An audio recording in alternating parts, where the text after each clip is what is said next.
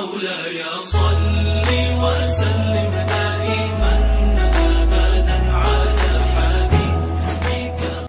Ada yang mendukung, ada yang tidak mendukung terkait dengan fatwa atau keputusan Majelis Ulama Indonesia MUI terkait dengan dibolehkannya untuk meninggalkan salat berjamaah di masjid dan salat Jumat berjamaah di masjid. Ya, ada yang dukung, ada yang tidak. Terjadi berantem, saling adu argumen, adu pendapat di sosial media antar aktivis dakwah, saudara.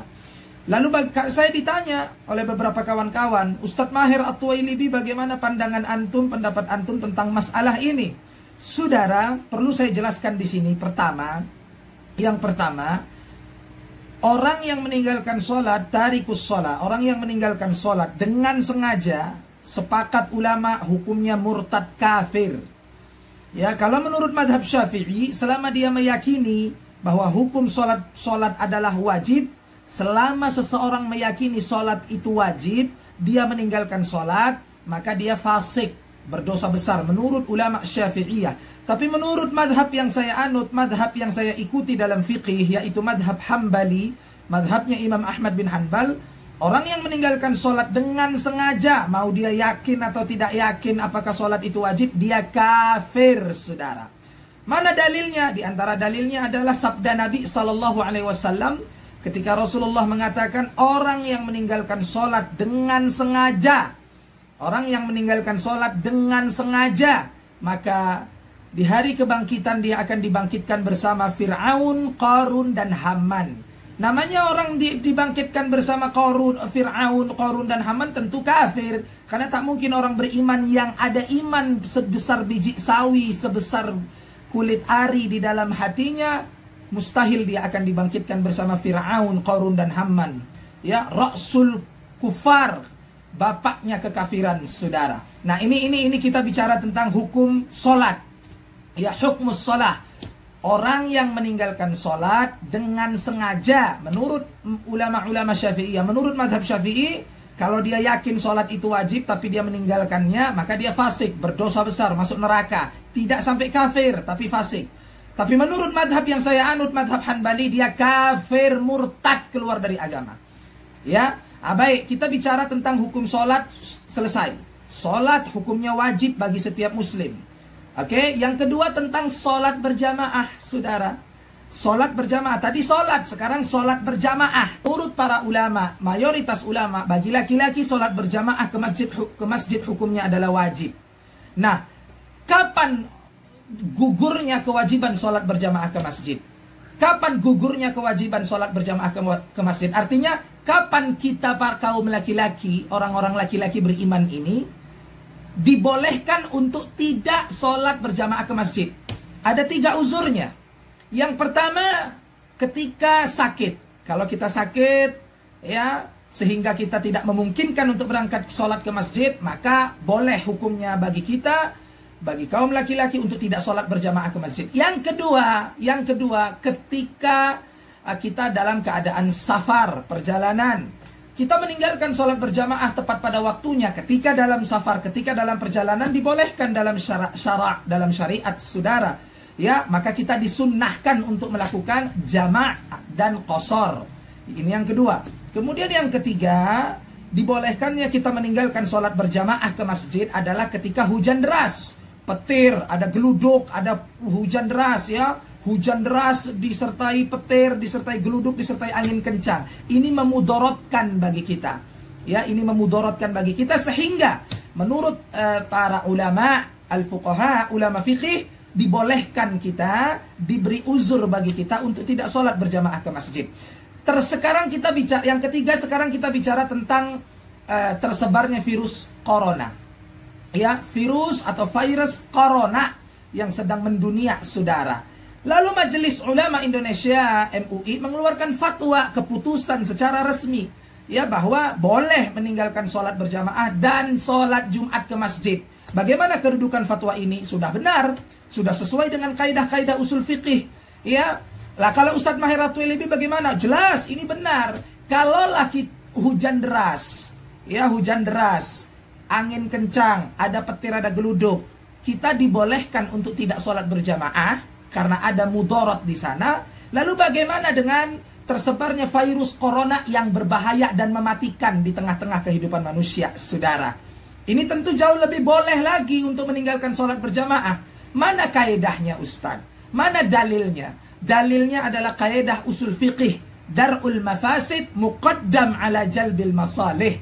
Apa artinya dar'ul maqasid muqaddamun ala jalbil masalih?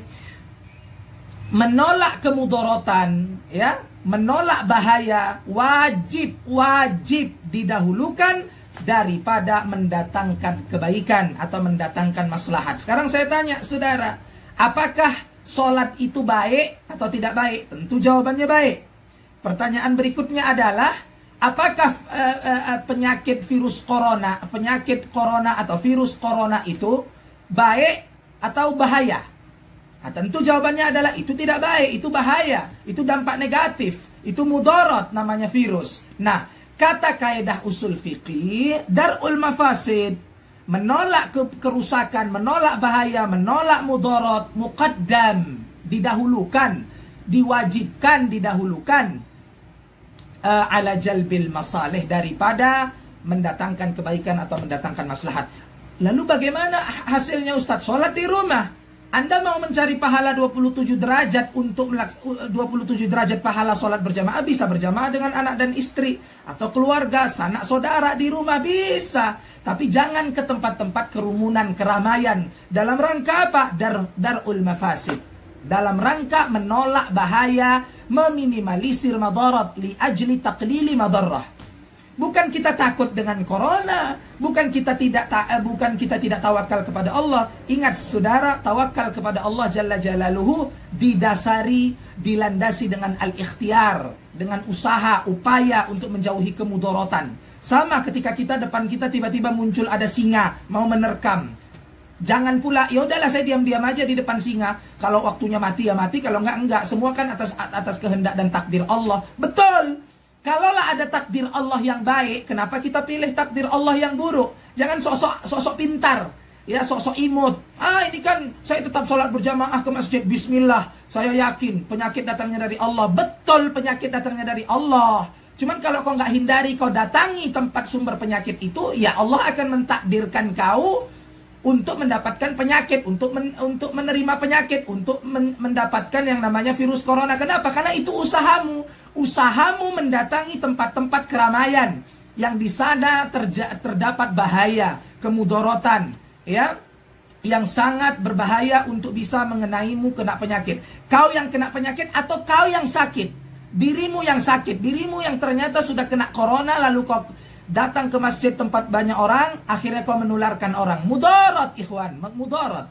Ya, maka berdasarkan kaidah usul fiqih tadi yang sudah sama-sama kita bahas, sama-sama kita kaji, maka saya berpendapat fatwa Majelis Ulama Indonesia MUI yang didasari dengan ilmu, ijtihad, pendapat dan argumentasi yang berlandaskan Quran dan Sunnah serta kaidah usul fikih yang benar sudah wajib untuk kita ikuti demi kemaslahatan umat manusia, wabil khusus umat Islam di Indonesia. Jadi jangan sok pinter, sok alim, sok paling tahu, sok imut, sok-sokan lah intinya.